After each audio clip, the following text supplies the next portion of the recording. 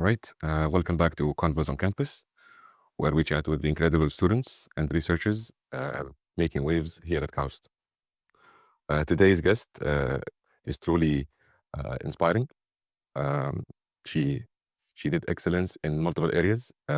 Elisa Grassi is not only a dedicated PhD candidate here in bioscience, uh, but she's also a champion athlete, a gold medal winning cyclist who has represented impressively at the Saudi Games. How does someone manage to excel at both elite research and elite sport? We're about to find out. Welcome, Elisa. Thank you very much. It's a pleasure to be here. And it's very nice what you're doing Thank you. because I think it's really something that we are missing in the campus. So it's really interesting to get to know people in KAUST Expose you more, into the community. yeah, more in a personal level and really nice. So to answer your question, I wouldn't say that I am You're elite, excelling. excelling in anything. But I would say that we're all, I think, struggling with trying to do it all, whatever the all is. I think in order to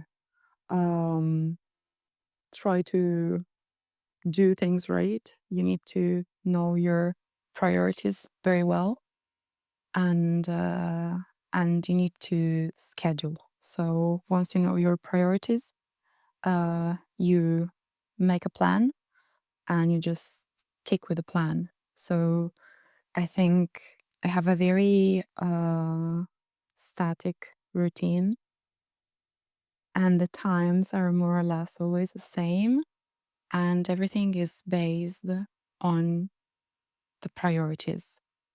Well, you are exposing the secret sauce very early on, but So you are exposing the secret. I think mostly like being disciplined in in the things that you tell to yourself you want to do, even if when is the moment you don't really want to do them. For example, waking up at 3:15 a.m. because you decided to go training in the mountains, and it's 3:15 a.m. and you're like, what am I like? Why am I even doing this? Like, but you don't let that thought even be present in your mind, and you just like mechanically go through all the steps and halas. You just force yourself into it. Yeah, And sometimes. you put yourself in the middle of Yeah, chaos and many times. deal with it. Many times. But I think there's always the idea that, I don't know, when you do hard things, it's because you have superpowers. No, you just like say, okay, I give priority to this thing, so I don't want to do it. Mm. I want to sleep. I am tired as hell. I feel miserable, but I do it anyway because it's on the schedule. Well, I like your humbleness. It it's always inspiring to see uh, people like yourself, uh, not only just in academia, and they are excelling in their extracurricular activities. Um, like, is cycling your only hobby, or is Okay, now, yes. Mm. Um, I'm really like dedicating my life either to cycling or to research because there is no time to do anything else. Yeah? But I haven't been cycling for such long time. So if when it wasn't cycling, it was triathlon. When it wasn't triathlon, before it was Spartan race. So there has always been a sport component that to me was very important. Mm. And I think it, I mean, I don't only think like there is research that proves that, obviously up to a certain level, but a kind of physical activity done before or in general in the routine improves also your mental performances. Of So course.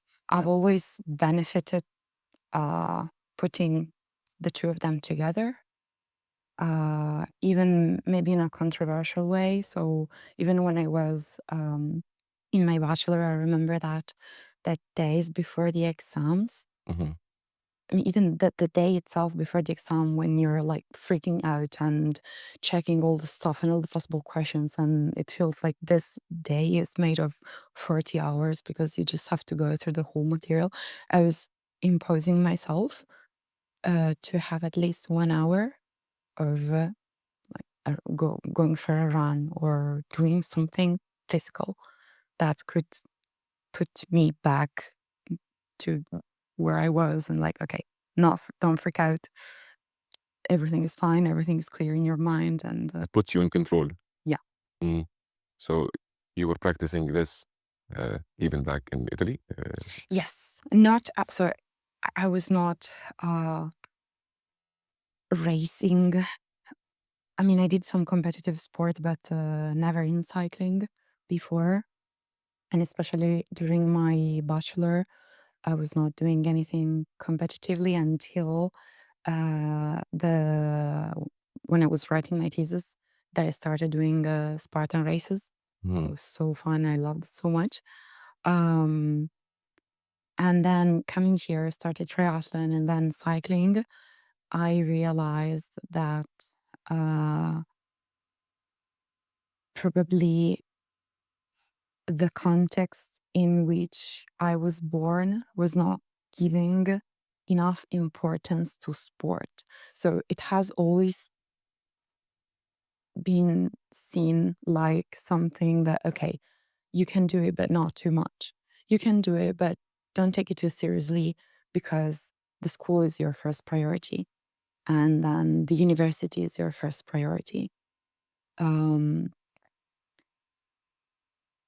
I think here I learned that I can perform even better in what I do in research if I let myself give more importance to the sport part, that in this case, cycling.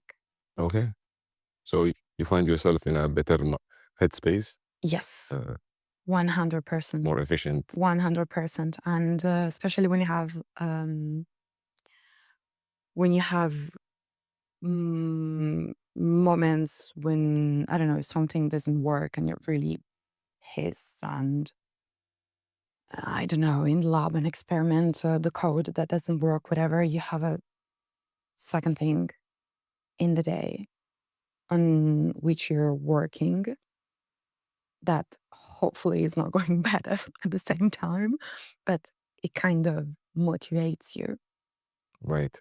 to. That rush of adrenaline, hormones, it's Oh yeah, then I mean, chemically speaking, of course, in the morning, 2 hours at least of adrenaline rush, then you're good to go to work. yeah. I can relate. When I started my master's here, I used to cycle. Okay, Now it's a cool. hobby that is in the dust for me now a little bit. For now. For now, yeah. But I always found after I cycle for a long period, I feel more alive. I feel Yeah, more fresh. absolutely, absolutely. And you're way more energetic and you can do many more things, Mhm. unless it was like really, really hard. In that case, I just collapsed like that After for 2 hours. after a certain amount of kilometers, I feel like it's steady state. It doesn't matter. I can keep going. Oh yeah, I Okay. mean, definitely there is certain zones um, that you can. So, for example, if there are certain zones that are numbered, um, and if you're under threshold in kind of endurance zone, then you can just keep going, Going. and it feels Yeah, pretty for good. me, it was about the 20-kilometer range. After that, Okay. everything is easy. Like I can keep going. Yeah, I can reach 40 as if like my body just gets conditioned, and Yeah, خلاص. yeah. I lose myself in that. It's really nice. Well, thank you very much for the humble introduction. Tell the audience about yourself. Like, you're a PhD student here. Yes. So about my research, Yeah, like you're in bioscience, right? bioengineering. Bioengineering. Yeah. Yes.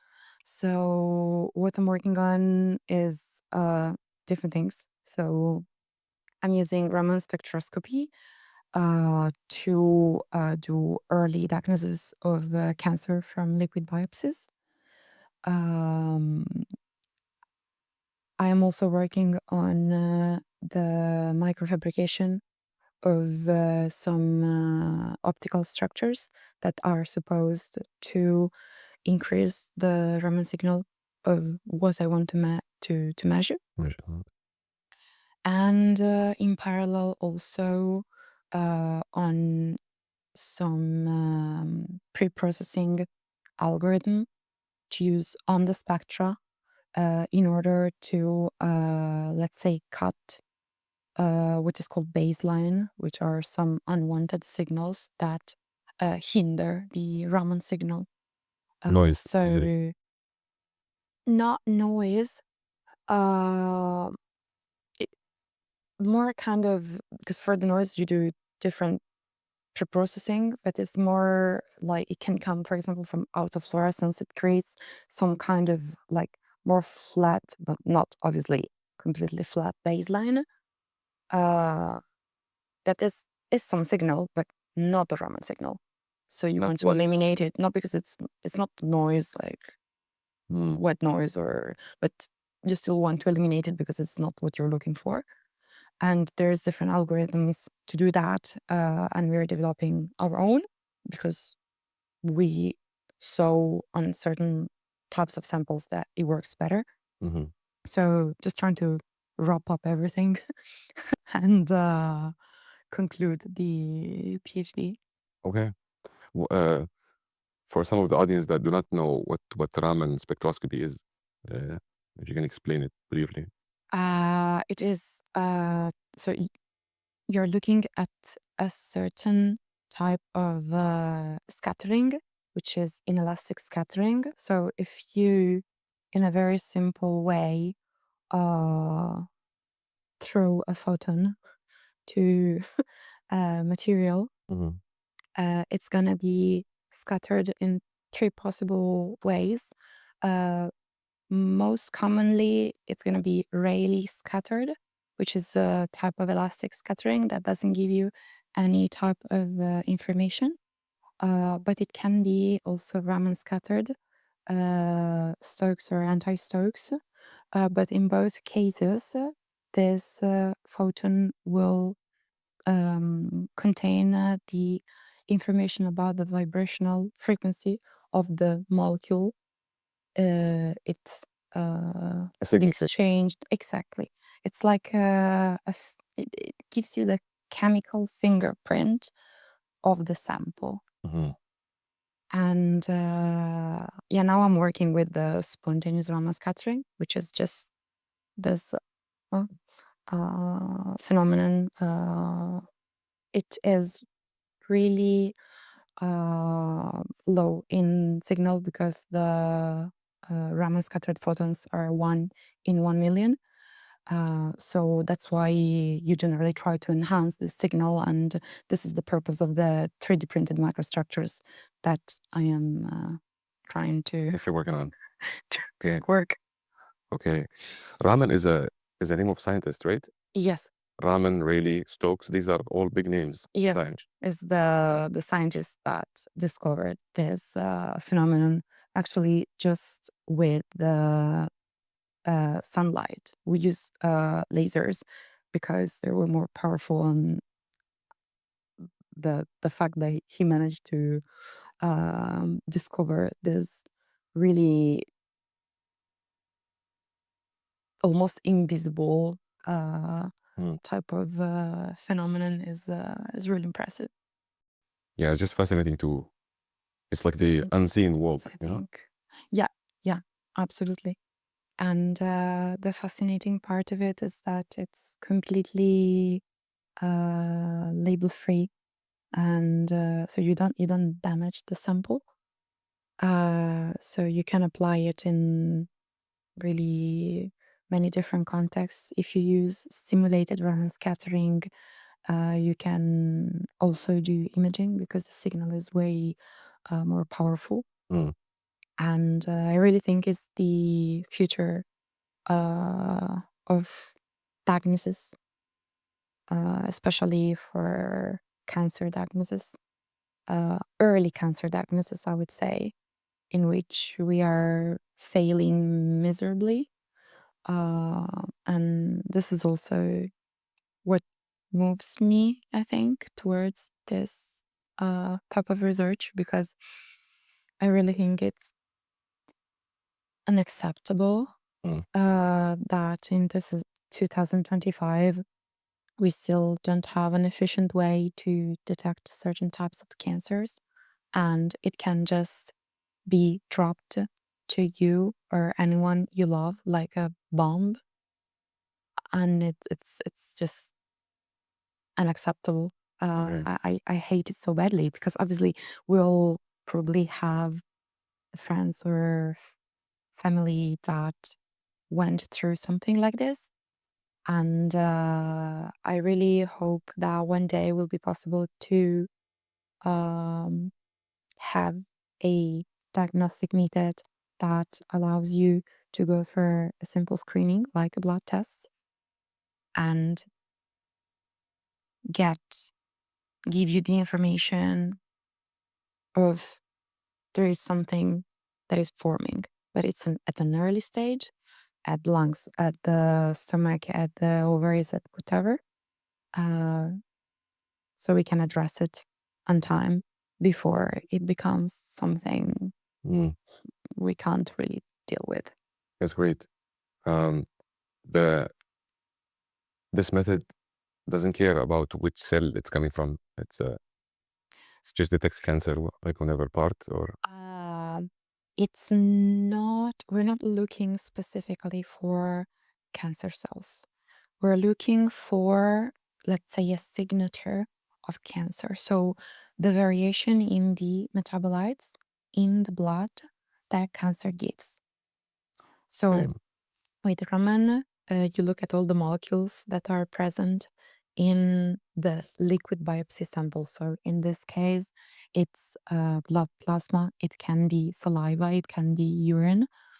And the presence of cancer, even at early stages, alters the ratio of some metabolites. And the beauty of Raman is that coupling it obviously with classification algorithms, and then before that you need to do all the processing, but you can distinguish, at least that's what we measure them. There is also in literature, um, between cancer patients' blood plasma in this case and healthy controls blood Mm. plasma, and then you can go to try to understand what are the molecules that are giving that signal, Mm. that signature. But I really think that it, hopefully it will be implemented in the future, because now, talking about blood screenings, we look for maybe some specific biomarkers, but Raman looks at the whole sample, all the metabolites inside the sample that give you the information. Okay, so your samples are either blood.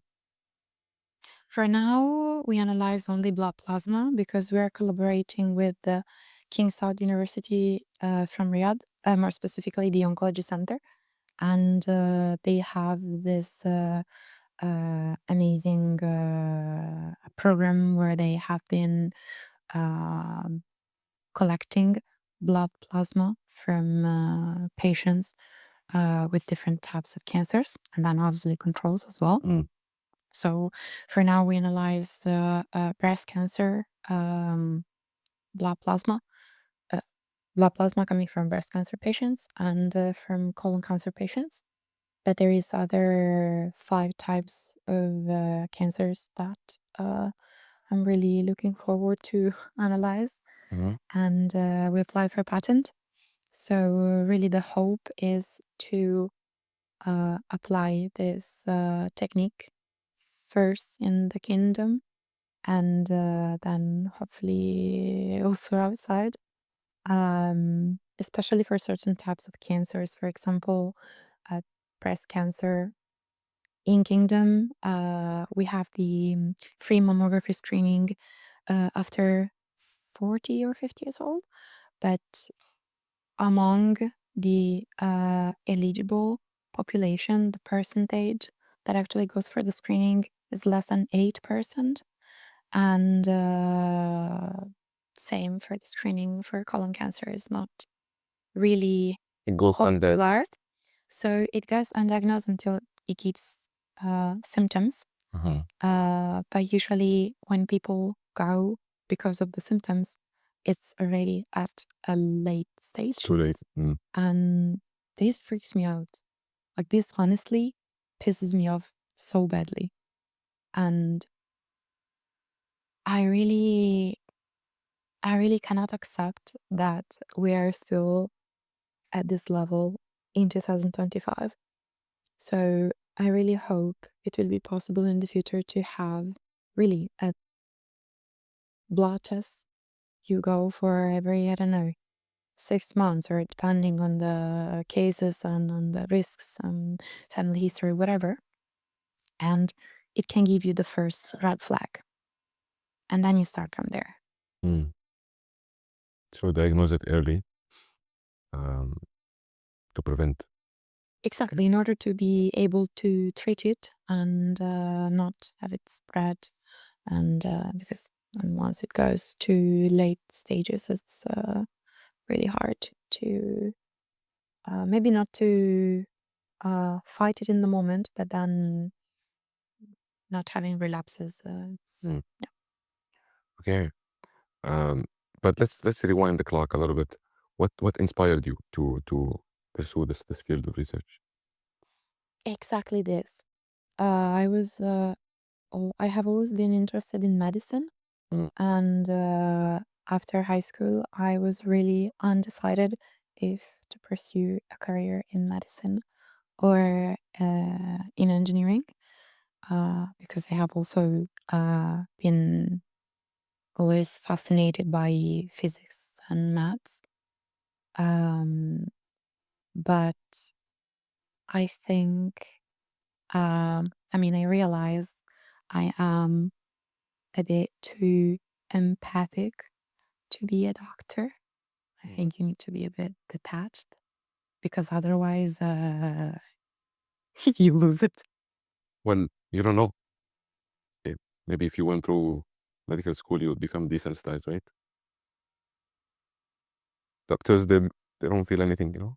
I don't know, honestly. I think it would have been really difficult. So I chose biomedical engineering because it was something in the middle.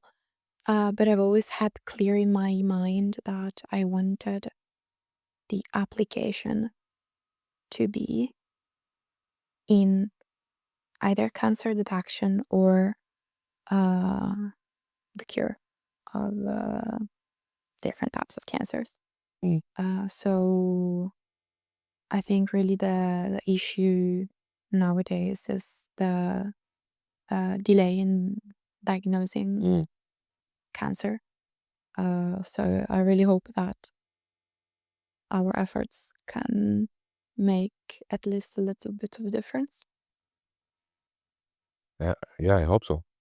Inshallah. Inshallah, I hope so. Cancer, I know my grandfather died of cancer. I'm really sorry Yeah. for that. So, seeing someone working on this is really nice.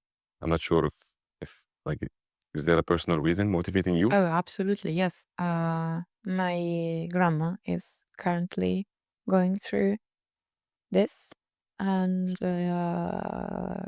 this upsets me so badly that I don't even know how to describe it, because I mean, she was doing checkups and everything because she had cancer 3 years ago, and this thing just went under the radars The story. until it became at a late stage, and this pisses me off so badly. And also, I mean, I have friends that went through something like this. I have a friend that recently got diagnosed with it, and it leaves me heartbroken.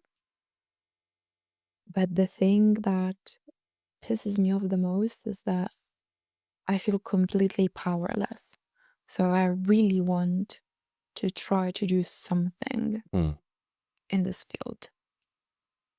Yeah, it's a very nasty disease, right? Yeah. Once it hits you, خلاص. You don't know. I mean, there's multiple, every case is a singular case, and it depends on the type of cancer, on the stage, on many things. But if there is one thing that is common to all of them, is the time of diagnosis. Mhm. That can help, that can improve a lot the outcome if it's in early stage. Absolutely. I remember my aunt as well. She was during some period she had like dry eyes. Okay. So she went to the doctor in Canada. She kept going to the doctors, and the doctors just told her it's just a dry eye, just lubricate it or just get some eye drops. And then Okay. at the end, she discovered that she has brain cancer, Oh my God. and she died within 3 years, I think, or Oh 4 my years. God. Yeah. So Wow. I'm really sorry. no, it's okay. But cancer is one of those diseases because your cells replicate, right? And Yeah, they regenerate. uncontrollably.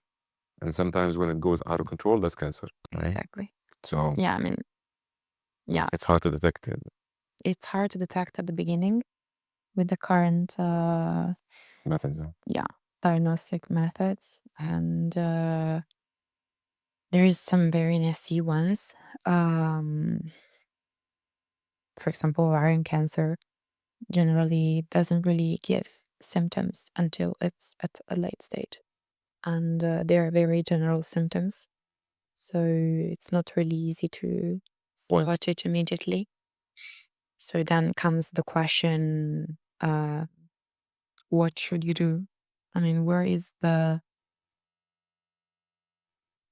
the right, let's say, area in which you should be between doing too many checkups and not doing checkups at all? Because you can't even be obsessed with it and just do And then you will get all the possible recurring. exactly. So I think having a more general type of test, which can come just from something simple like a blood test, could be helpful. Right now, there is this that they tell you that genetically you are predisposed to Yeah, have to certain certain, types. and that's certain DNA. types. That's not. They can tell you if you have a genetic predisposition. For example, the BRCA1 and 2 genes are related to breast cancer and ovarian cancer.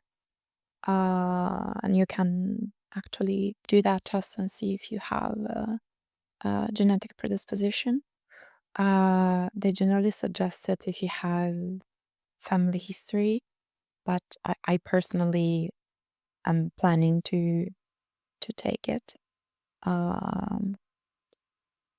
But then, yeah, it's in certain cases it can tell you something. In other cases, it's a bit blurry to interpret. So yeah, you need to be guided. I would say from someone that knows what they're talking about.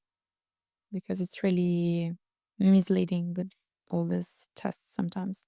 Right. The accuracy. And Yeah, I mean, even like doing a genetic test, like those genetic tests that are not really specific only to some genes. For example, BRCA1 and 2, we know that they are linked to breast cancer and ovarian cancer.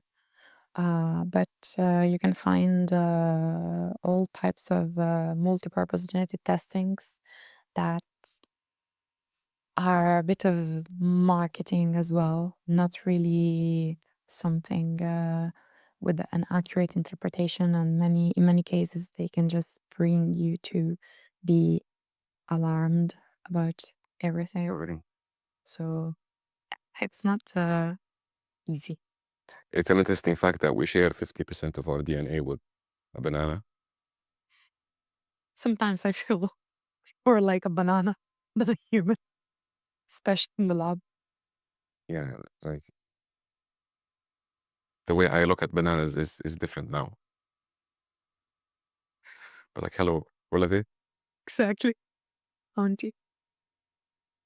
The cool. So you started your bachelor in Italy, right? I did my bachelor in Italy, yes. University of Pavia, right? Pavia, yeah. And you did your master's here? I did my master's here because I did my second internship here before writing my thesis. And actually, the project that I did for my bachelor thesis, I did it here. Okay. So That was back when? 2019. 2019. All right. And then what led you here? Like, what led you to discover KAUST? What? There was this photonics summer camp, and my previous professor of physics told me, okay, you're the only one crazy enough during a bachelor in engineering to go for a second internship in Saudi Arabia. So if you want to apply, here it is, the application. So I did it, and then I did all the interviews, but then I wasn't hoping too much to be selected because I read that there were more than 600 applicants and they were selecting like once each. So it's like, halas. But then I got the email of acceptance and my mom freaked out because, oh my God, Saudi Arabia. That's what I thought. How did you know about KAUST back then? It was really hard to get information actually. But getting some videos and pictures from the internet. I remember I was looking at the library and I thought this is really, really, really, really, really amazing. And so I just came here. It was during the summer, and I fell in love with the facilities, I would say. Not the weather. First, not the weather because it was August. Yes. I was melting, but I remember I loved a lot being in the desert as well. And so I immediately applied for master's and PhD actually. That was during your internship. During my so I finished the internship and I knew that I wanted to be here for master's at least. So then I applied for master's and PhD with the same professor I did my internship with, and I came here. And once I was here, I discovered, or at least lived, the let's say the advantage that KAUST offers. That is, everything is really close to each other. Like all the places are close to each other. So you really don't waste time commuting from one place to the other.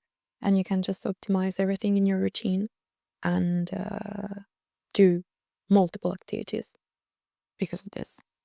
Did you apply anywhere else, or KAUST was your only? I wanted to apply to EPFL in Switzerland, but before the applications were open, I got accepted in KAUST. So it was like, halas. That's my best seat. I remember when I was applying, KAUST was the only place that I applied for. Okay. And then I told myself, if I don't, I applied to KAUST just as a way to avoid academics. Then I got accepted. Then I'm like, why? But I came here. I never saw it, in person before. So Okay. I just saw pictures like you, and then I came here. I was surprised. But coming here for a master's directly, I think is more brave. Because at least like I saw it and lived it for 2 months. I don't know if I would have been this brave to come here for a master directly. Probably yes, I was so sick of my hometown. What's your hometown, by the way? So I'm from a village near Pavia. So it's in the province of Pavia, but it's called Filighera. It's in the countryside. There is 840 people living there, and 800 are cats. So Okay. Cats. yeah, I mean, Wow. Okay. it's many people. So I love living in the countryside because of sports. I need to run around, do at least a certain amount of kilometers per day, otherwise I freak out. But at the same time, I knew that I would have never wanted to spend my whole life there. Is it in the Wait, north or the south? it's in the north, It's in the north? Yeah. Okay. but like mean- during the winter, it becomes really gray, foggy, and cold, and I can't stand cold. I prefer to be cooked in the sun during summer here. It's fine with you. Then yeah, I mean, obviously it bothers me, but I still train outside and do everything. It's the lack of sun that bothers me the most. Oh, the sun here is amazing. Yeah. You get your daily dosage of vitamin D, Vitamin D, exactly. and then you feel the sun, like, charging you. Yeah, it's completely different. When I lived even in Glasgow, I stayed at the University of Glasgow for 6 months, and I can't stand the weather. The university is amazing, it's fantastic. Even like architecturally, it's a piece of art, but the weather, no, it's cold, it's Rain. windy, it's rainy, but it's that subtle rain plus wind, so that you can't use the umbrella most of the times. So it doesn't matter how much effort you put in your hair, they will always look terrible until you're unless you're genetically gifted, which I am not. So really, and for me it was so cold, and really I couldn't understand how the girls from there, from Scotland in general, they managed to just go around without any type of layer on and be okay. And it was always like long pants, long everything, and the scarf and the hat, and it was so cold. And I don't understand. Why did you go to Glasgow? For my first internship, so I did Oh. 6 months there doing 3 courses. Also, I wanted to, become more proficient in learning in English, because I knew that I wanted to do my master's outside of Italy. So You studied in Italian, right? yes, And I guess your town is called Pavia, right? yeah, Pavia. Pavia. It's you said it's a small town, so I guess you get accustomed here in KAUST. Very similarly, The thing is, we have this cats here. no, Pavia is a town, but it's not too small. It's smaller than Milan, but it's not too small. Yeah. But the village where I come from is super small. Okay. Pavia itself, as a city, is also known for the university. So, especially for medicine, they have a nice Program. engineering program with different types of engineerings. So it's not that small. Like you can live nicely in Pavia. But the village where I come from, no way. Also, With the car. okay, so Pavia is the province or the The main city. Yeah, and my village is in the province of Pavia, it's a province of Pavia. Yeah. Yeah. which is 1 hour from Milan. Mm. Okay. Interesting. How did you learn about KAUST? Like, did you Google it, or did you go for a conference here? How did you? I mean, after my professor, physics professor, mentioned it to me, then I started going through, YouTube, Google, and there was the thing that they already had a website, obviously. But yeah, I remember that I didn't really know what to expect because there weren't many information. So even when I was here for my master's, the idea of Saudi Arabia in general was from the people I was like spending time with, my friends, my family, was completely different from this. So when I actually showed them how it looked like, they were really surprised. And I don't know. I think I resonated also with certain things here. I like a lot the safety Mm. because you can't wake up and go running at 3 a.m.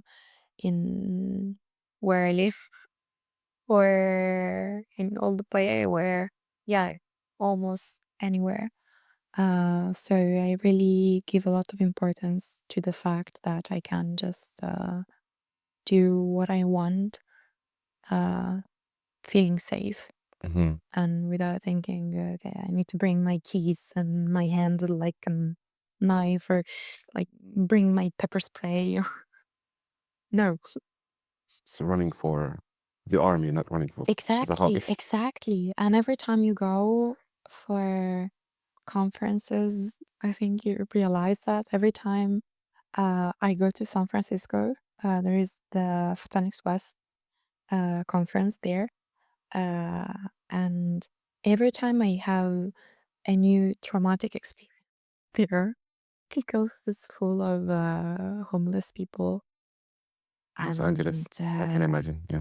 Yeah, there's so many scenes that to me are crazy happening that for people there are just normal. And I'm like, what is this? Is it a movie? What are we doing? Yeah, Los Angeles is crazy. Yeah. So Yeah, we are truly lucky to be here on this campus. Like, Saudi is very safe in general.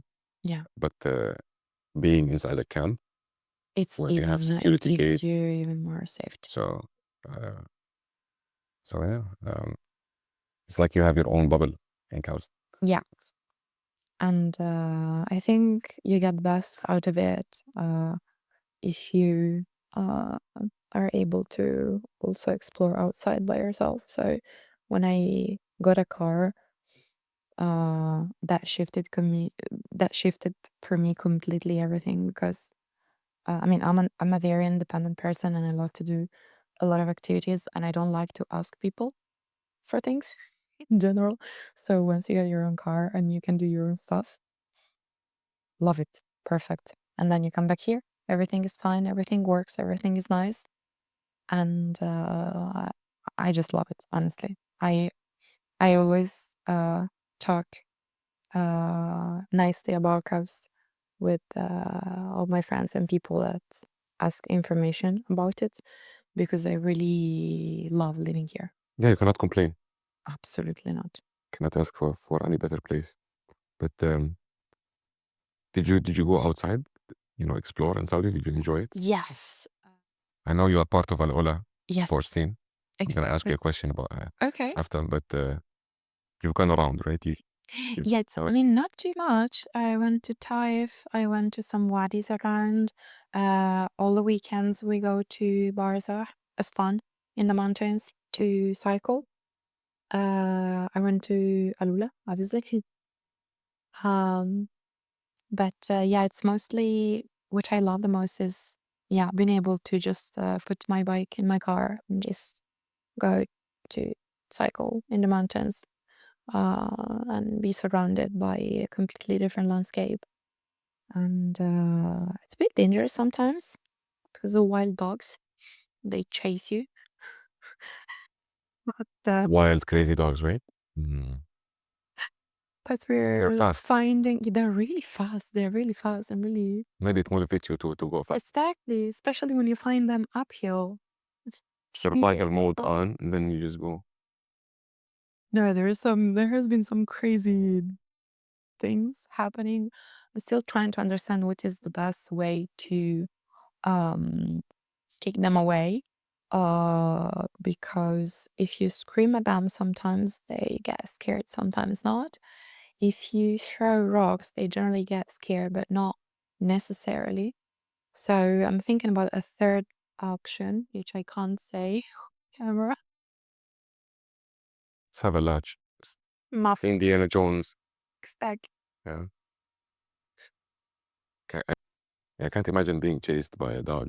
Well, I mean, usually I'm in a group, so usually I'm the one trying to get the hell out of there and people deal with it.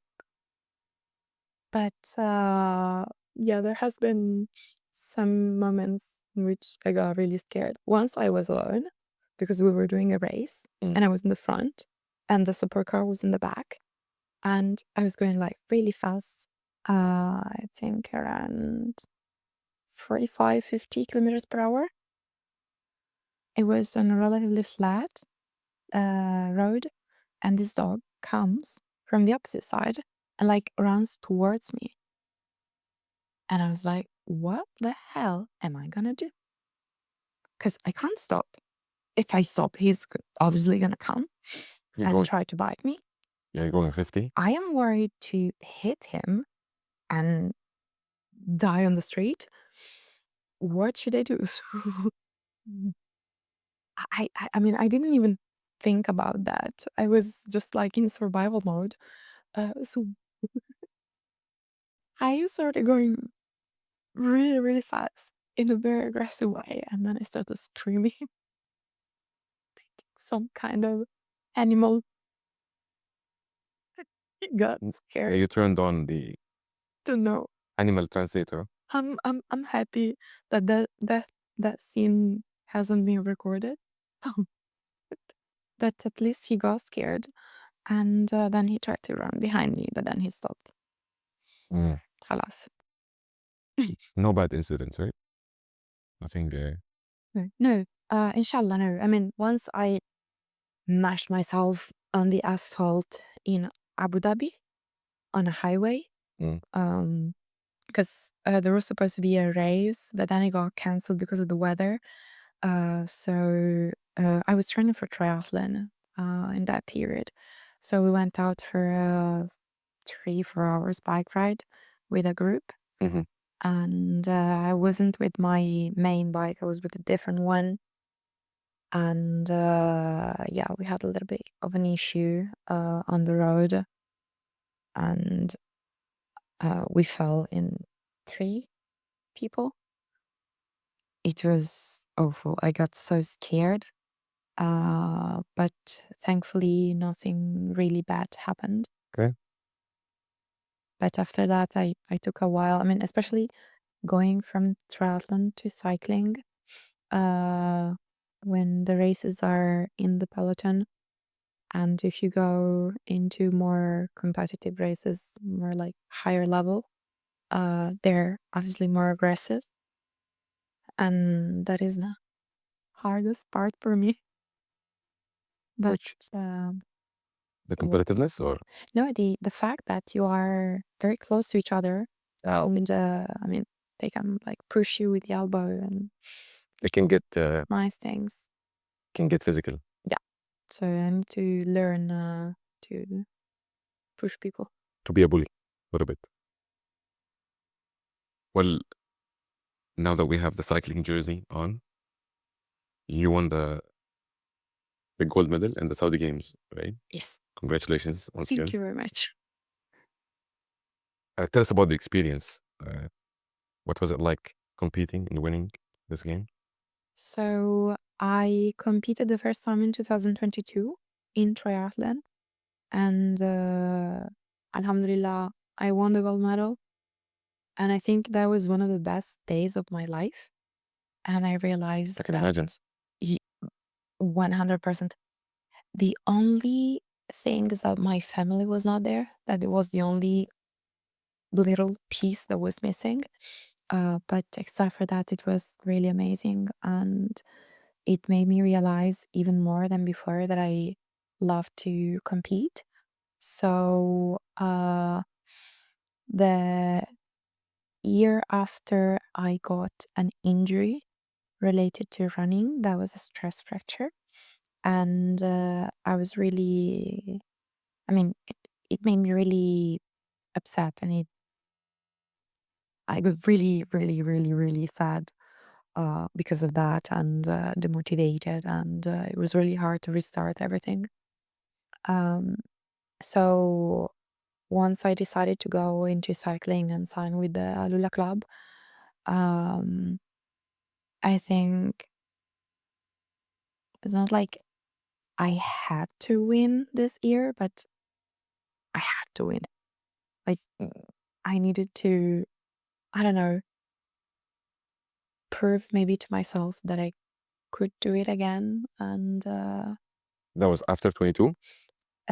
yes, 2024. Okay. Yeah, you won twice, right? Yes, Okay. Yeah. this time in cycling. So, but it was different, obviously, because it's a different sport, and you're in a team. So I worked very well with my teammate Mashal. And I mean, our coach Yahya gave us really the best support.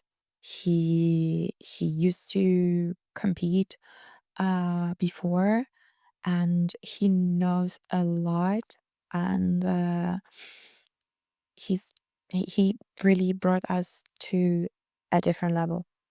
And what amazes me the most is how he's able to see the possible strategy in the race that can work, and how he's right every time. And I'm just like, okay, just tell me what to do. He's a champion? Oh, yeah, like Yes. In Bahrain. Is working, living in Bahrain. how did you find the community and the training here in Saudi Arabia for cycling? I actually started with the running, and there is a very nice community in Jeddah called Jeddah Running Community. So I started from there, and then with the triathlon, I started competing in Jeddah Tribe events that are still going on, by the way, and they have been organizing amazing events, and they have been growing. Jeddah Tribe? Jeddah Tribe for triathlon, yes. And so from there, I started connecting with all the people in sports that are around here, and I met my teammate during a cycling race, the first time, I think, in 2021. And Your then teammate being Mashal, Mashal. yes. And then when they were forming the team for Alula, she told me, I mean, they contacted me via her, and then I accepted, and then met everyone else, and I really love it. Yeah, I mean, I can see from your Instagram every day you are cycling. It's the best part of the day. Yeah, I'm like, I wake up at usually at 6 or 7, and then I see you. I'm like, what is this girl doing at 5? Because it's more fresh. So you prefer to wake up early and maybe sleep a little bit less, and wake up sleepy and outside it's dark, then to finish your session under the deep sun. Like, you don't want that, because it's really, it can really change in the performance. It's already I mean, it already changes if you do it indoor compared to outdoor now in these days. even early. But I hate working out indoor. I It hate doesn't work for you. no, only if the air quality is not good. I do it. Otherwise, I prefer to go outside. Outside. How does your a typical day for you look like? Wake up around during the week is generally around 4:35. During the weekend is 3:15, 3:30. Earlier. Yeah, because I have longer sessions. And maybe we go in the mountains to do them, so it's like 50 minutes drive before. And then eat breakfast, a lot of coffee, 2 coffees actually. Estimated. Yeah. It's the best pre-workout or Yeah. This with some, good nutrition as well. I like dates. Before I was doing only dates actually because they're easier to digest. But then they kind of give you obviously glucose spike that then goes down really fast unless you eat something else. So I started introducing something in order to buffer that. So now I'm doing rice cakes and banana and dates Mm. with coffee and honey. Honey in the coffee, oh my god, it's the best. And then you do you do your session, which is either depends on the day, but 2 hours and a half on average, I would say. Longer in the weekends. you do it every day. Every day. Mm. And then I have rest days, but they're generally lighter sessions. Or sometimes I have a complete rest day, but I don't really do complete rest, so my coach hates me. And if he's watching this, he will tell me, you shouldn't do this. I even dress.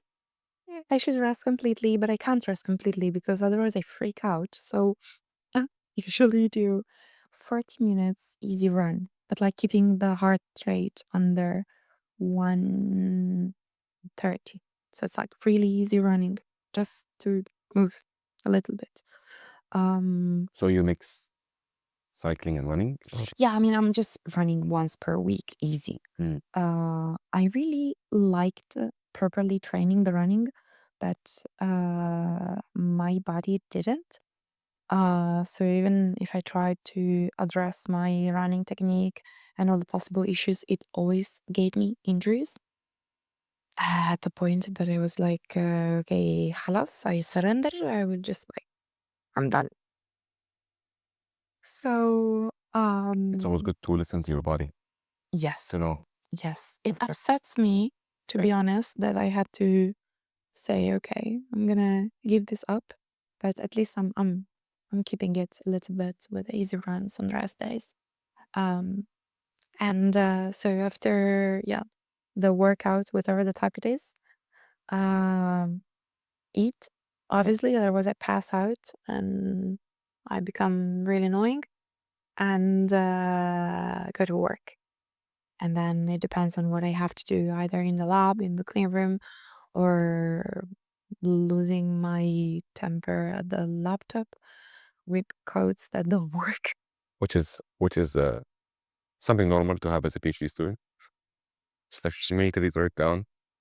Yeah, having a mental breakdown is something that you should Daily. Have it. you will get accustomed to it and you'll become more friends with yourself. Exactly. And then I spend here the whole day, so until evening. And then I just go home, cook my meal, trying to not spend too much time in it. But I really can't do restaurants or like order food if I have a heavy session the day after, because I don't digest heavy things really well. So I try to cook something and just collapse in bed like this. Hoping to recover the next day. So how many hours of sleep do you usually get? I try to get at least 7. Sleep is super important. I was ignoring it so much during high school and my bachelor. But I read about it and experimented also on myself that it's really fundamental. There is a really nice book from Peter Attia, which is called Outlive, which dedicates a whole chapter about sleep and really important. At least 7 hours. I should sleep more because of my training, but this is the best I can do. Yeah, I guess. There is no other way to move things around. Yeah. I don't think I can get 7. You don't think you can get 7? No. How many hours do you Usually my sleep schedule is all over the place. I don't sleep consistent hours every day. Okay. It's because I don't have a very structured routine. Okay. Wow, that would freak me out. I admire you so much that you're so flexible. I would admire you lose it for having. after 2 days. I would be like this on a chair. Yeah, I have a lot of things that come and go, like meeting with different people, and especially the lifestyle here in Saudi, they stay up late. Oh yeah, I noticed that. Yeah. And coffee exists everywhere, and then you end up drinking coffee at 2 or 3, then Yeah, forget about sleep. that's a problem. I know. That's why I do decaf. You do decaf, right? Yeah. I heard that drinking coffee after like 1 or 2 p.m. is not good at all for your body. It depends on how you process caffeine, but generally, especially if you have issues falling asleep after 12, halas, Mm. only decaf or juice. They make a very nice juice here at the wall. Yeah. By the way. Of course. Yeah. No. The well is our only outlet. Oh except yeah, for- I love it. I mean, I love it. It was a bit more wild before, and when I came here, I was obviously scared to drive in Jeddah and outside. Now, halas, I'm a Jeddah boy. I I love it. It's a different style of driving and communicating, but I love it. Yeah. I mean, You transform into a different species, let's say, on the street. absolutely. Yeah. And then, yeah, it's crazy. There is some rules, unwritten rules, that are not the rules that normally would be for driving in other countries that are present here. And once you know them, then you can really master your driving. Yeah, if you can drive in Jeddah, you can drive anywhere. Right? I'm not sure if you tried Egypt as well. Egypt is Oh my God. The most crazy things, I saw them there. Yes, it's even worse than here. Yeah, I remember when I came back here, I was like, alhamdulillah. Jeddah is cute compared to. Jeddah is cute compared to Cairo, for example.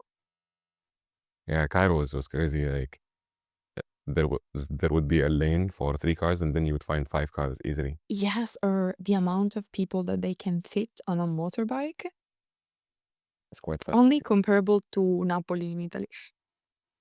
Napoli and Cairo, they go all together. Napoli is. There is a lot. People in the south are similar to Arabs, I think. In Yeah. terms of like, Yeah. Yeah. right? It's a bit more, I would say, messy, but also alive. I mean, some people in the north, especially the more in the north you go, tend to be really cold. The people. yeah. Are like guarded. Compared to the south. Mm. In general, then there is so many stereotypes that I don't want to talk about. Otherwise, they will say, "Oh, she's from the north. Of course, she's talking like this about people from the south." So I will just shut up. But Yeah, I know about the south and north. I've been to Milan once, I think. Yeah. okay, cool. To do what? Shopping. I went, of course, shopping. Yeah. And yeah, it was nice.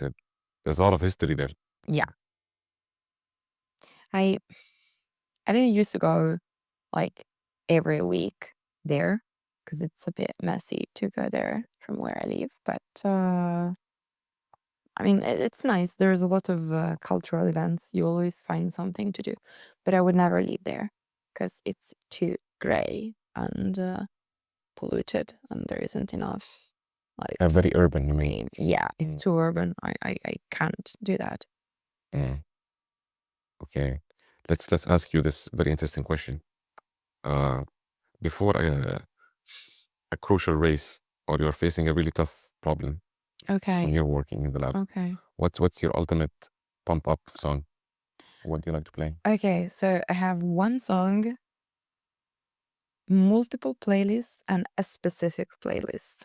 So the song is Work from Britney Spears. Britney Spears. Yes. Okay. Because it's just, you want this, you gotta work. You want this other, you just gotta work. It hurts, nobody cares. You just have to get this thing done if you want this. If you don't want it, tell us. And then there is a playlist. I made multiple playlists. I'm obsessed with Spotify. But there is this playlist that is composed by it's kind of motivational songs that are made as a song, but originally they were like maybe part of podcasts or like conversation. Yes, from who? From Joko Willink, who is an ex Navy SEAL. He's retired now. He wrote multiple books and he's doing also a podcast himself.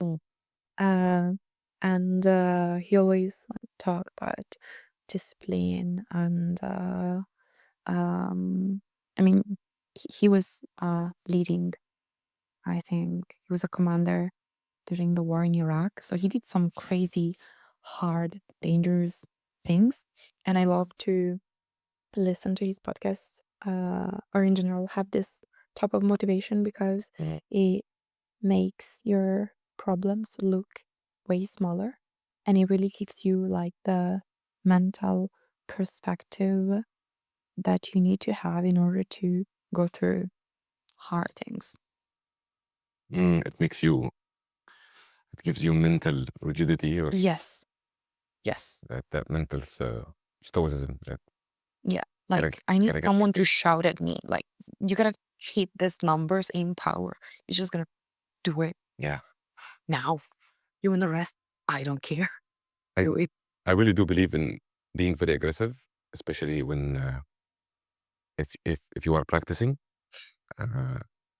let's say in the gym or something. Yeah. I would love to see a very abusive, personal trainer who like shout at you. Yeah.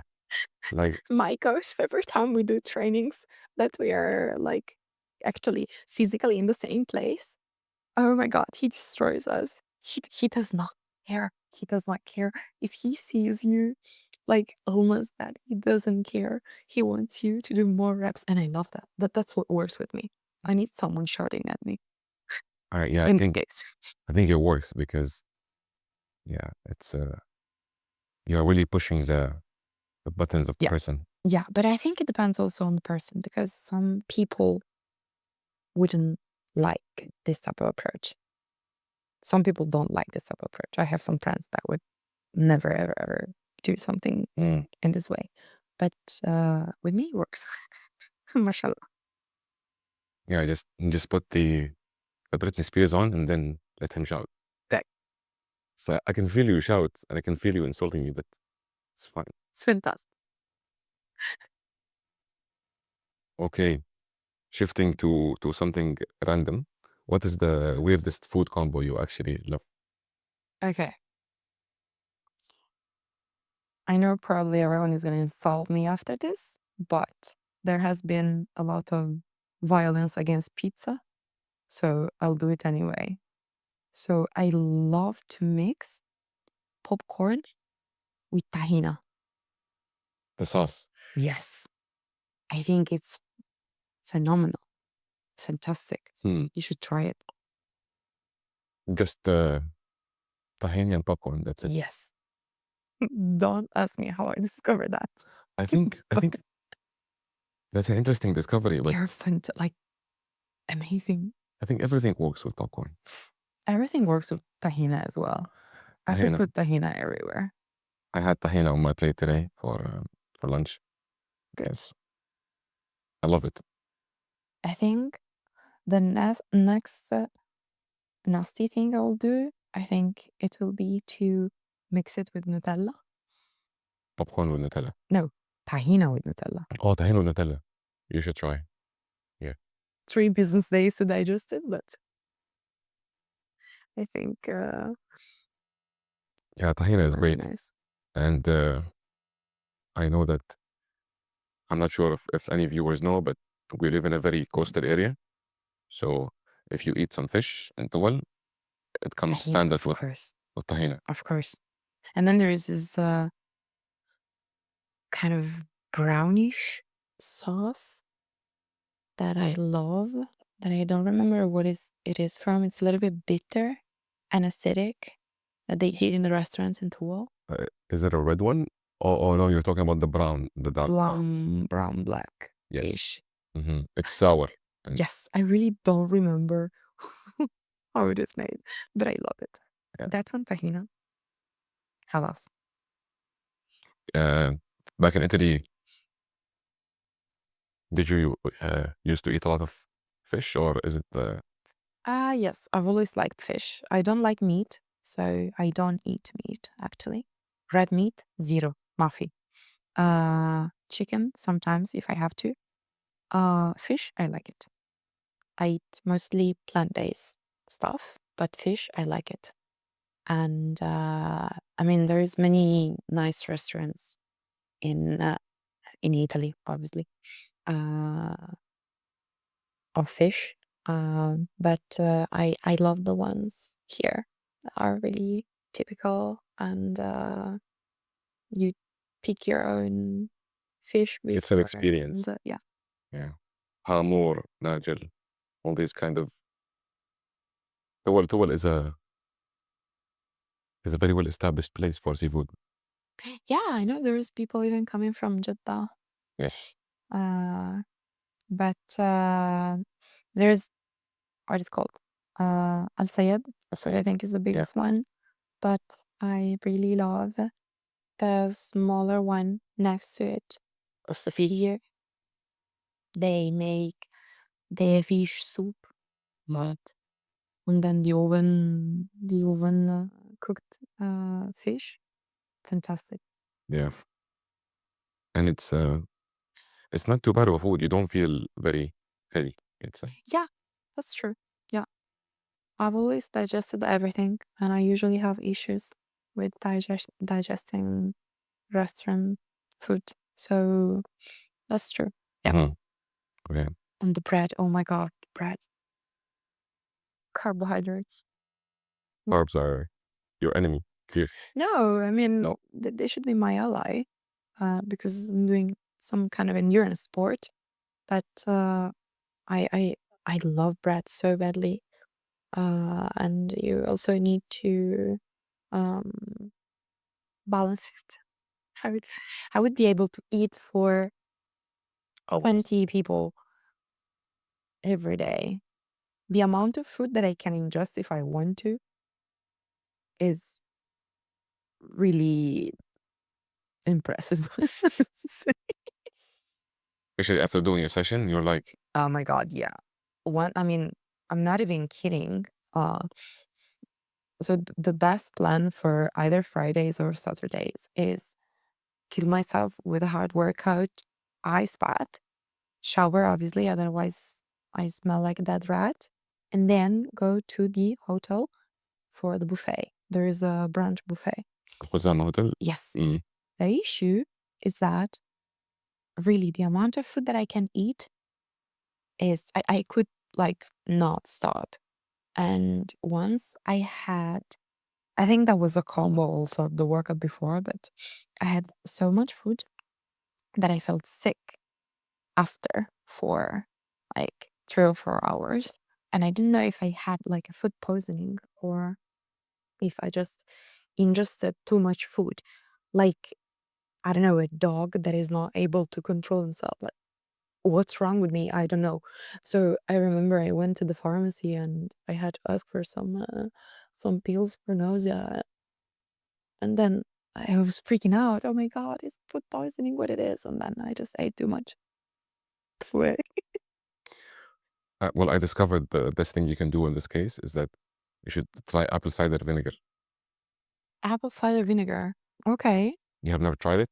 Yeah. No, not for this. Oh, it's amazing. I think once with cumin, but then I threw up badly. But then it fixed me. So maybe, yeah. No, you should get on apple cider vinegar first. You know what we use in Italy? It's some kind of effervescent candy that you put in water that is really lemony, and it has also I don't remember how it's called in English, whatever, but it really fixes you. It's really like effervescent kind of thing with a little kind of flavor. You dissolve in water. That one always fixes you. My grandma always gave me this after lunch. After a heavy meal. Brioschi is called. Brioschi?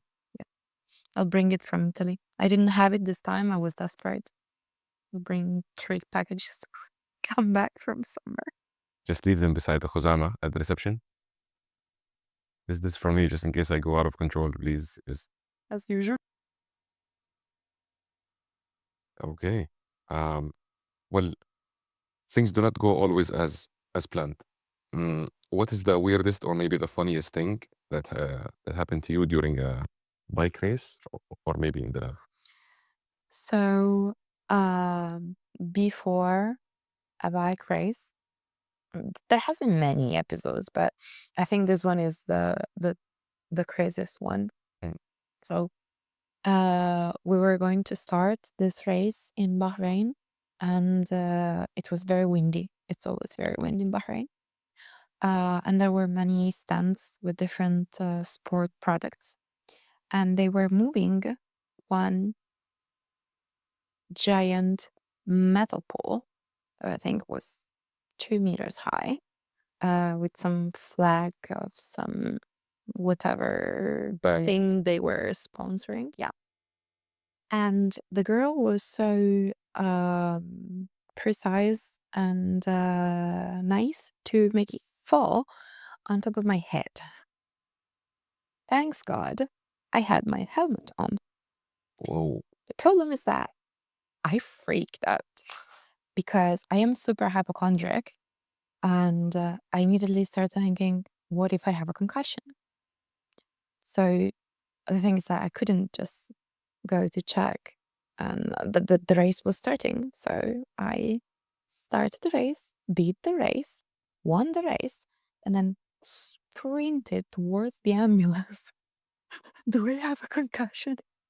Check me, please.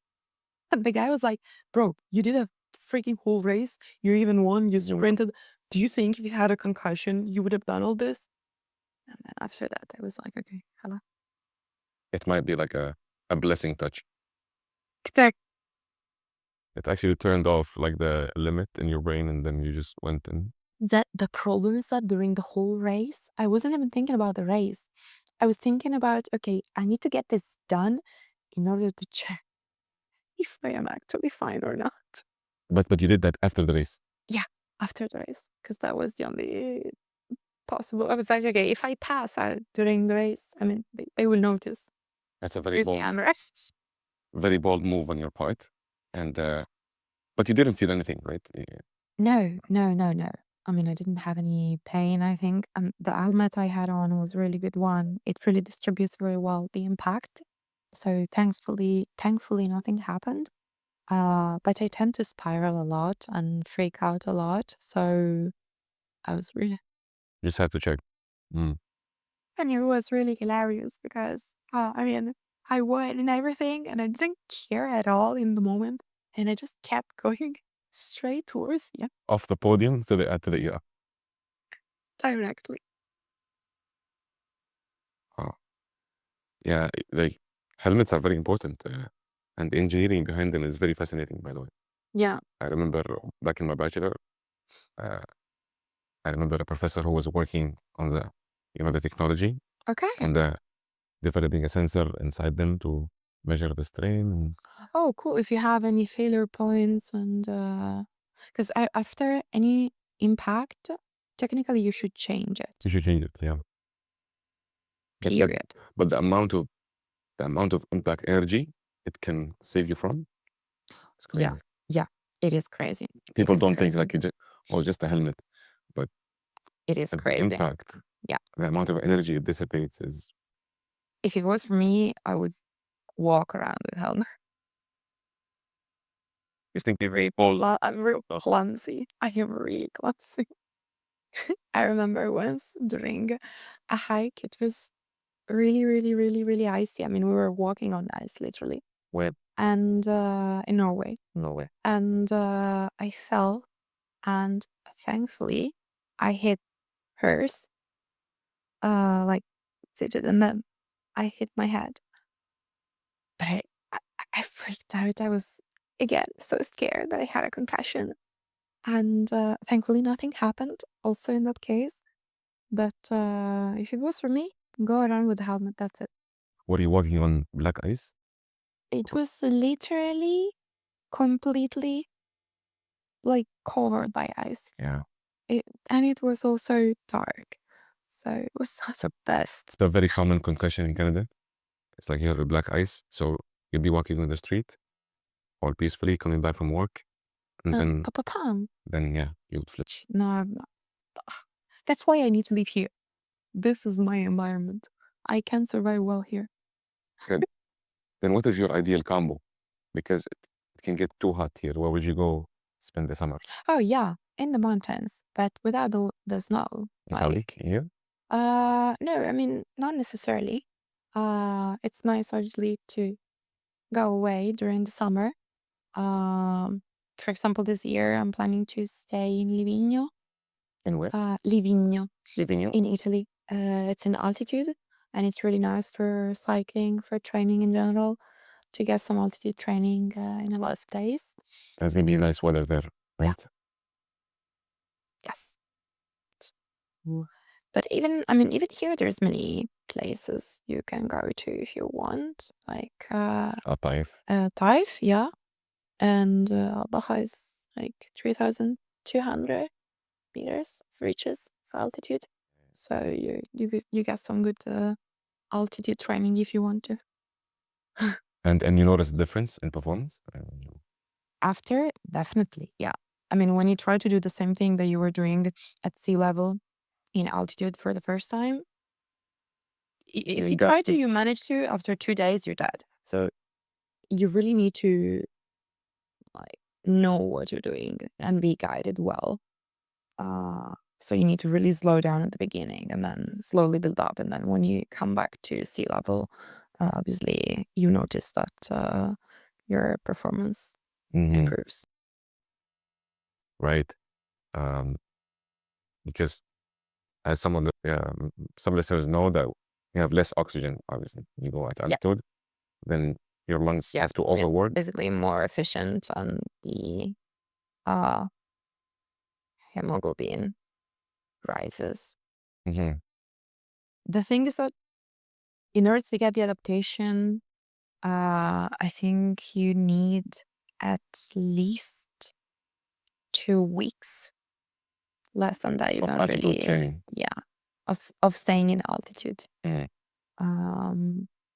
But I mean, yeah, this time is not really. It's made as a training camp, but also as a way to stay to train on hills in a nice place where it's a little bit more fresh. And try to get also a little bit of Used to vacation. that level.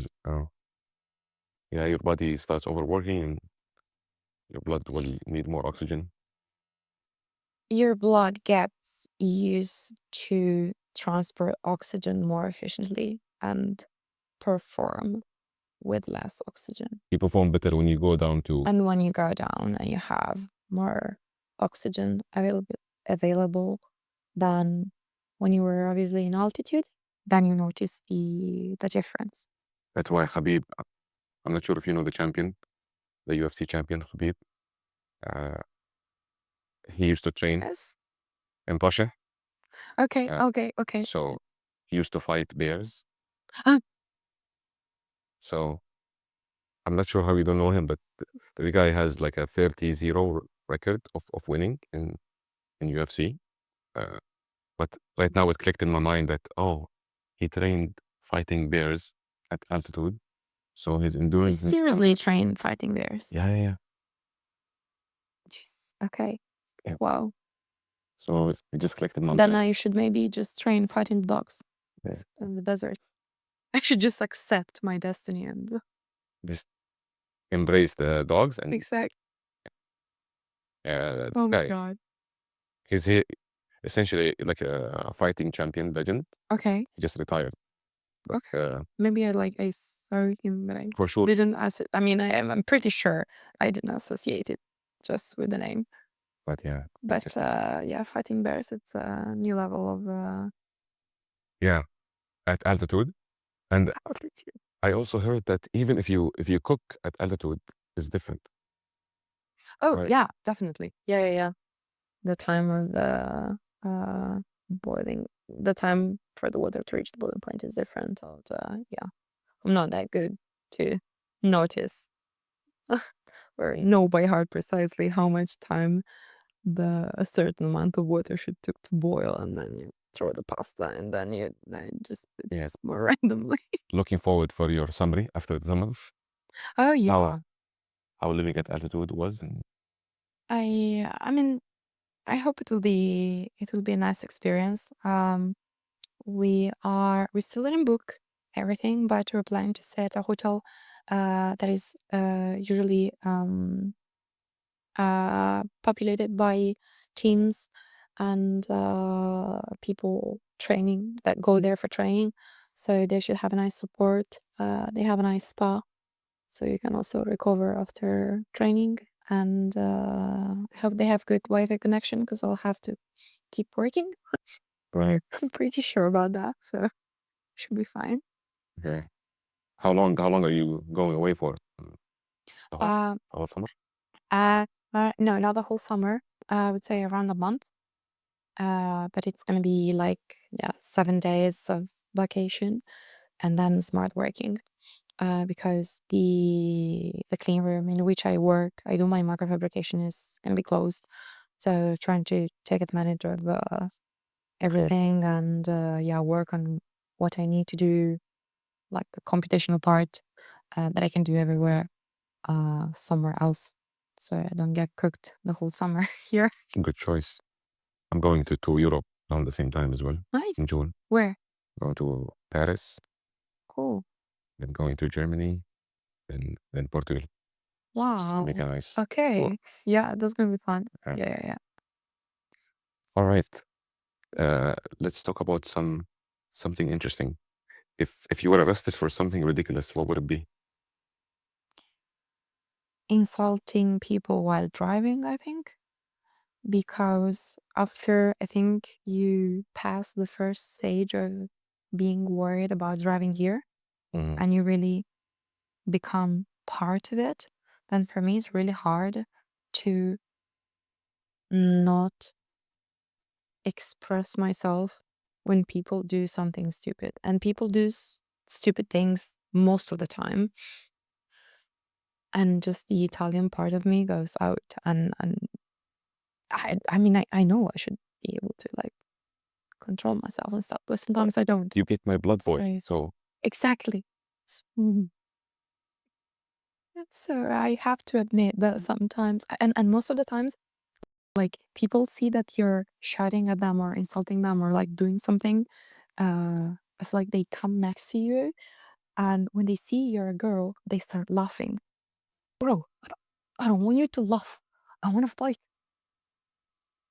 But it's better, obviously. live down. But it's not. It's legal to insult people or do certain gestures. No, it's Technically, technically, yeah. I think technically I could be arrested. So Technically, you could. Yeah. Hopefully I won't, but Okay, yeah. if I do, you know why. All right. I wouldn't be surprised. No. Be like, her blood was boiling, and yeah, she just pushed the Italian outside of her, and That was it. yeah, driving in Jeddah gets on the nerves of, especially me. Yeah, I'm usually very calm, very collected. Yeah. But if I drive in Jeddah, sometimes I get like, what is happening? Because people don't care. And people who don't care drives me mad. It's like they drive like 5 centimeters away from your car. Yes, or they do the most certain place, like, yeah, or like we're all in line and everyone is slowing down and they try to pass you in the 2 millimeters of space that there is between your car and the guardrail or whatever there is. And I'm just like, why do you have to be so stupid? Imagine living in Jeddah. So we're lucky that we go to Jeddah over a weekend. Yeah. I don't know if I would be able to, honestly. Imagine living there is I think the something that's level of cortisol in my body would be too high every day. yes. Going yeah, you just pray that you're gonna be back in a good mood. Yeah, to be back, first of all, in one piece, because sometimes it's really dangerous. How was it your first time seeing or your first time driving there? How was it? I was scared to death. I mean, when I was in my friend's car, then it's different. Still scared, but different. The first time I had to drive myself, I was like, once I started going into a roundabout and I was not coming out of it because they were not letting me.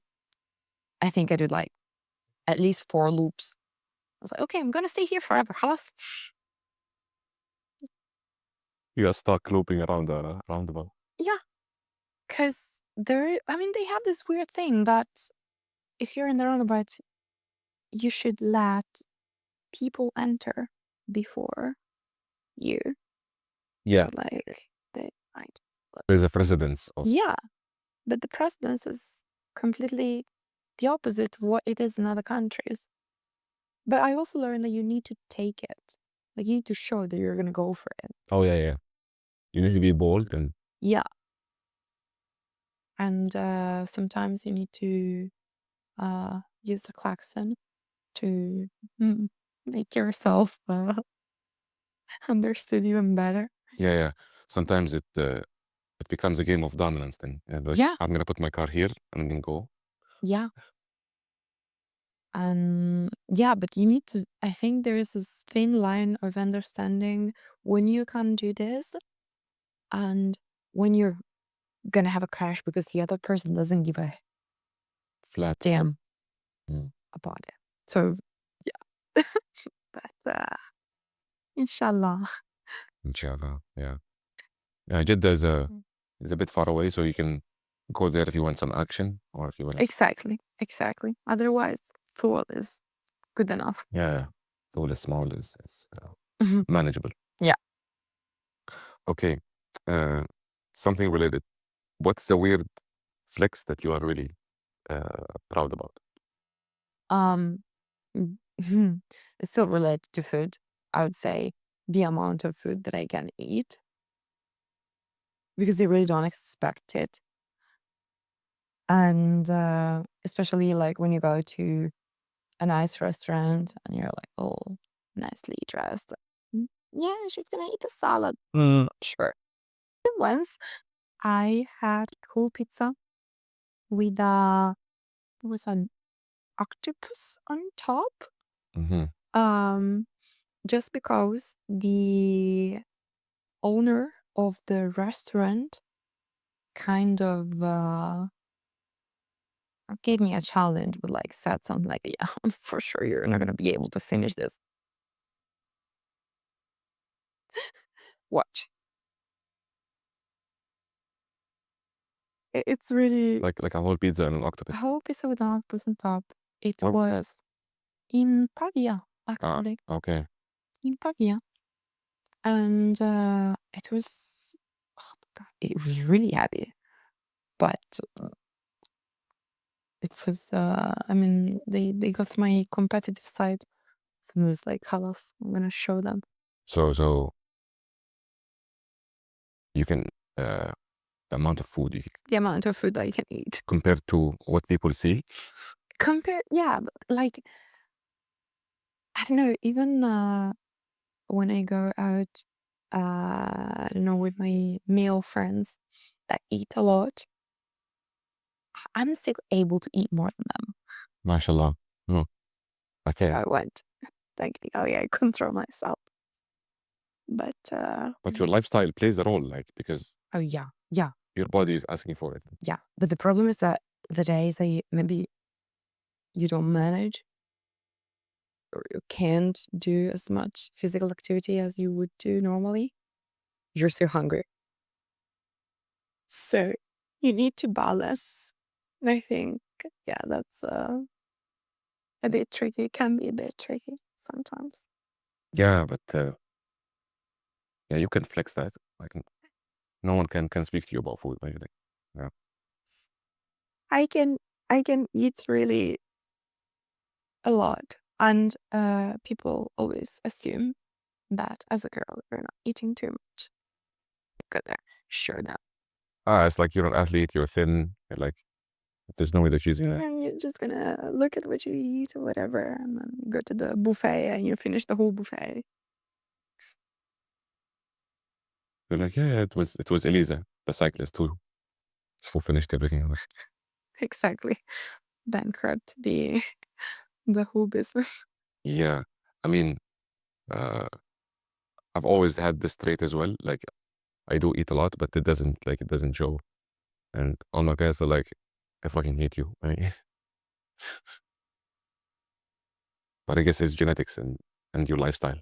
Yeah, your lifestyle plays a big role. Yeah, genetically, I mean, of course, as well. I think I've always been a very active person, so not like that I don't gain weight if I eat and not do anything all day, but I tend to do a lot of things. I've always tend to do a lot of sports, different sports, but yeah. Okay. All right.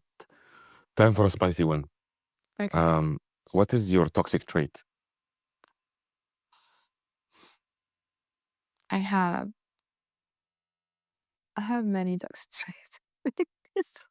Okay. Not many. No, not many. Okay, I think one of them, hey, it's really hard for me to trust people in general and ask for things. So I tend to do even like the smallest things, I tend to do everything by myself. Mm.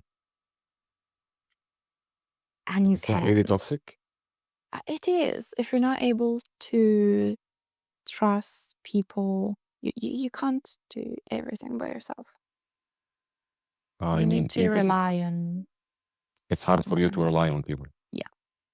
Mm. Really hard. So, but I'm learning that. And something else, I think I'm too competitive in stupid scenarios. Like sometimes it's really just an instinct in really stupid scenarios in which you shouldn't be like, what are you doing? But it's, I don't know, I just get like the flip a switch. Even on the street, I don't even know, it's so stupid and so risky that I'm embarrassed to admit it. But like when they race you with the cars, sometimes you fix the switch. And then you start fishing with the car. What are you doing? It's so dangerous, so stupid. What are you doing? I don't know. Sometimes it's just yeah, It's like not proud of that one at all. Okay. You'd be like racing a car out of nowhere. Yeah. Racing a person that you don't know just because he pissed you off or made you understand that he's faster than you while he's not. You Or can't braver really, than no, you. I mean, obviously, most of the times I'm not just like, okay, he can go. Let it go. Yeah, exactly. But sometimes, yeah, it's hard. Okay. If your life was a reality TV show, what would you call it? Survivor. Survivor? Barely surviving everything. Survivor or barely Survivor? Trying to make it. No, it would definitely be Survivor. No, jokes aside, I think like we tend to have an idea of other people, like they all have their life together and everything. They have their life figured out. And yeah, not figured out, but also like they're doing their own things without any issue. And people who are high achievers, they're some kind of superhumans that always do things right. But I think everyone is struggling. Right. At least I am. Yeah. And I'm not a superhuman at all, not even close. But we have, I mean, maybe we give this idea, or we try to give this idea, or society brings us to try to give this idea of, okay, I have it all figured out. I have everything, well, like together. I know what I'm doing. I'm achieving this, I'm achieving that. No. I finish the day that I'm like, I'm alive. Let's go for the next one. And I think many of us are in this situation, and we shouldn't be embarrassed to admit it. Yeah, especially with the age of social media, where just the positive side or the successful side of your life is exposed. Exactly. And then people think, like this is just perfect. Like this guy doesn't fail. Yeah. And I thought this about other people, and then I confronted people and I realized that was not true. And I had people coming to me and like asking me, like, yeah, how did you manage to do everything? I don't do everything. When I'm doing something, I'm missing on something else, and I'm just trying to balance everything in the best way possible. But sometimes you just can't, and you just have to accept it. Sometimes things go wrong, and you just have to accept it. Mm-hmm. I think. I think this is motivating for people looking to get into KAUST, because KAUST can be very intimidating when you look at it from the outside. Oh yeah. Oh Like, yeah. all these very smart people. Even I felt this before joining. I thought, I still feel this. I'm the queen of imposter syndrome. Like I will always have it. I'm pretty sure about it. But I think once you're in the mindset of, I will try, I don't care, I will give it all, I will try and see what happens. Even if you still feel like you're an imposter here and everyone else is smarter than you and more successful than you still do it, you still try, you still manage somehow. yeah. I remember before coming here, I was like, there's no way I'm gonna survive in this sea of people who studied at MIT's, Stanford, all these, like, I was never like only a book person. Yeah. Who just studies all the time. So I felt very intimidated, before coming here. It took me a while to figure out, people here are struggling just like me, and Yeah. Absolutely. And then, I mean, everyone has their own ways of addressing different things. So it can be a course, it can be everything. So yeah. all right, what's one question that people should stop asking you? Why I look so tired? I am tired Because I am. because I'm trying to do everything. I'm freaking tired. Stop asking Elisa why is she tired. Yes. Yes, I'm tired. Yeah. Uh, yeah, I don't think I've seen you on campus, uh, but people do like say that to you. Well, okay, when people are used to maybe see you well put and they see you in a different context, then they ask you, "Why are you so tired?"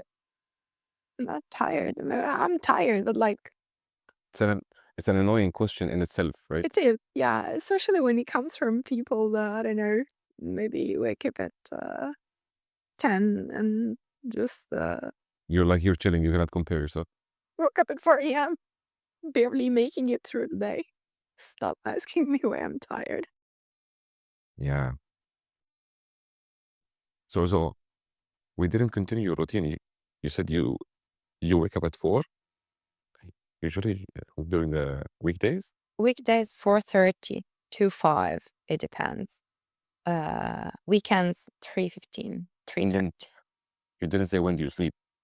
You sleep around. As soon as I can, try to do everything quickly and be in bed by 8:30. Yeah.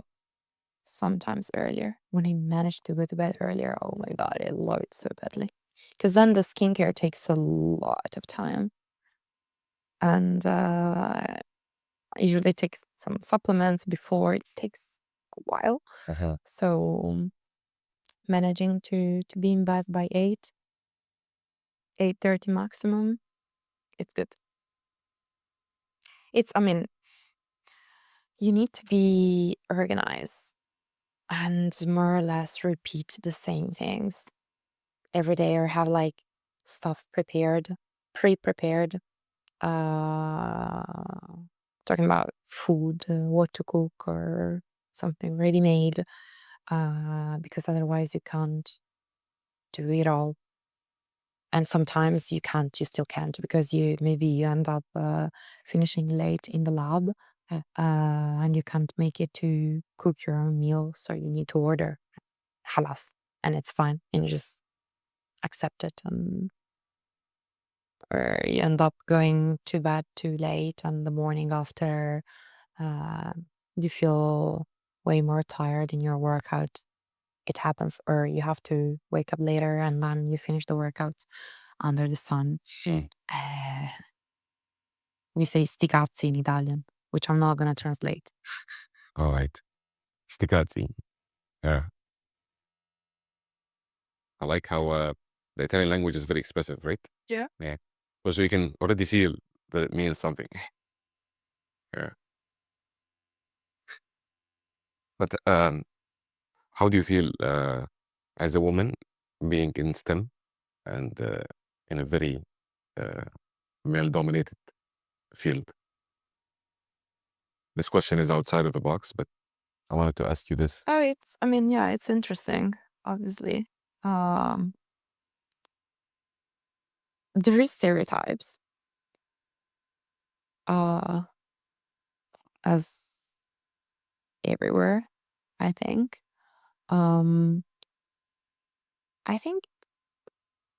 I think I've had harder times, I would say, outside of KAUST. Mm. I think Like when you go to now, especially in KAUST, but also in Saudi, we're trying to promote women in STEM, women in these fields, and trying to close the gap as much as possible. But yeah, obviously there is some. I mean, they assume if you're a woman in certain contexts, they assume you're stupid. They assume you don't know things, and they need to explain them to you. wow, like did you Birthday Raman. Let me tell you about Raman. Well, but overall it's improving, right? Like it is improving, and I think what is nice is to represent. So this is why also I'm trying to lose some time with my social media as well, because I love when girls come to me and they let's say, I don't know, I want to become a PhD in this biofield as well. I want to do this as well. I would love to show to girls that they can do what the hell they want. Mm. And I mean, in whatever small I am doing, but if it can have an impact even on one person, that's good enough for me. It's good enough for you. Yeah. And I am doing what I'm doing because I saw people doing it before. So I think representation is important. Okay. All right. That's it. Elisa, this has been fascinating and a lot of fun. Hearing about your dedication to both pushing the boundaries of biophotonics and reaching the podium in cycling, and plus getting a glimpse into your personality. It's truly inspiring. Thank you so much for sharing your incredible journey, Thank you to you. insights with us. That's all for this episode of Convos on Campus. A huge thank you to Elisa Grassi and to all of you tuning in. Please subscribe for more stories from amazing people such as Elisa. And until next time, cheers. Cool.